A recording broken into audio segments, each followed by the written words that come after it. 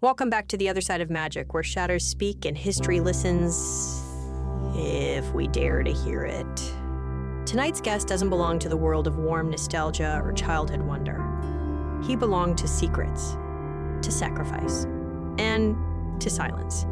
He lived unloved, died misunderstood, and was remembered, strangely, not for who he was, but for what he hid.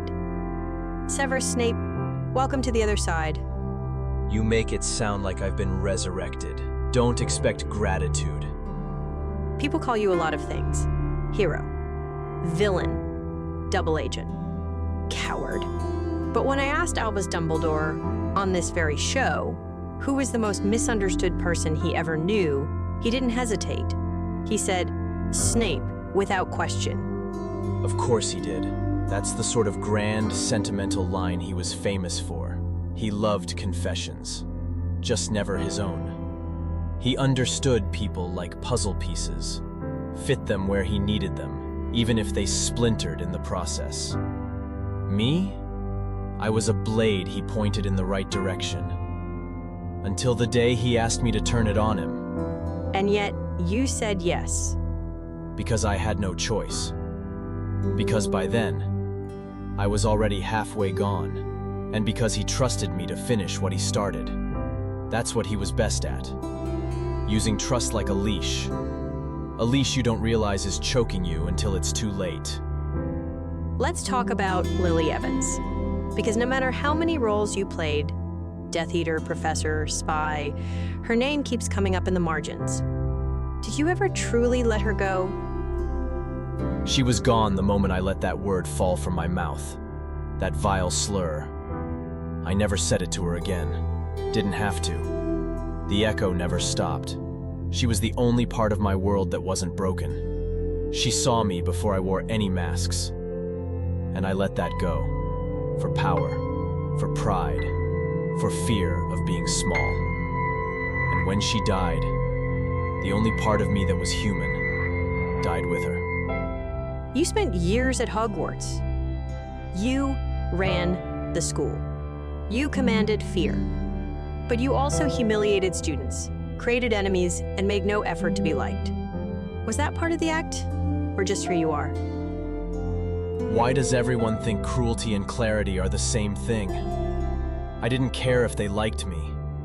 They weren't supposed to. I was preparing them for a world that wanted them dead.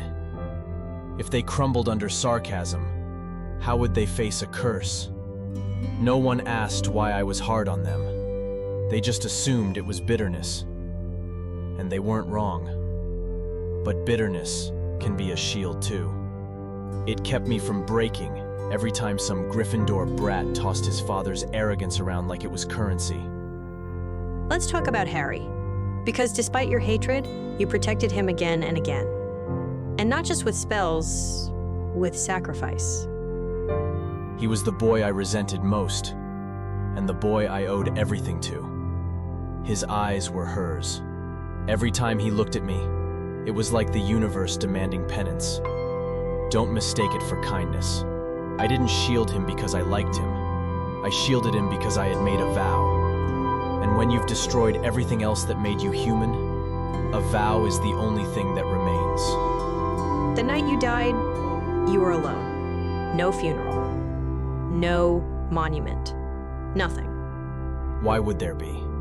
People needed to believe their heroes were clean, that Dumbledore never used monsters, that Potter won the war with nothing but courage and charm. There was no room in that narrative for me. I didn't die to be mourned. I died because it was the only move left on the board. But don't you wish someone had known, truly known? I think I just didn't want to be hated by everyone who survived. Do you think you deserve forgiveness? No, and I didn't want it. I wasn't noble. I was necessary. I didn't want to be forgiven. I wanted the mission to end. Every moment I was alive was a compromise. Every breath a reminder that I hadn't died when she did. But if someone, anyone, remembers me for the truth, not the legend, not the lies, that's enough. I was the villain in their story, but maybe, just maybe, the reason they had a story at all. Not every man who dies unloved is unworthy. Some choose bitterness because it's the only arbor left. Some sacrifice without confession. And some, like Severus Snape, walk through hell quietly so others never have to see it. He never wanted your sympathy, only your memory. And maybe that's the truest kind of legacy there is. If this conversation made you feel something, stay with us.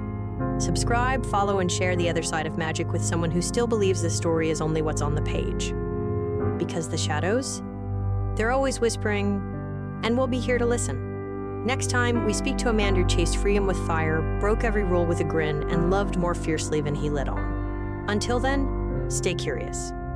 And stay careful.